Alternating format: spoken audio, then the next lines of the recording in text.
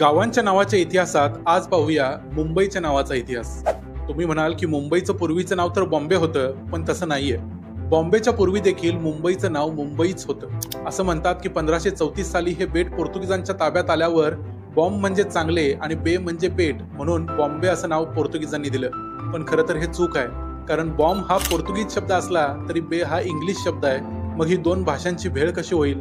पोर्तुगीजांची सत्ता येण्या अगोदरच 1512 सालचा एक पोर्तुगीज प्रवासी गास्पर कोरिया या बेटाचं नाव बॉम्बईम असं सांगतो।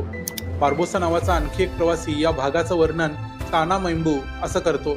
कदाचित हे ठाणा मुंबई असं असावं। 1762 साली अली मोहम्मद खान नावाचा गुजरातचा दिवाण या भागाला मुंबई असं म्हणतो।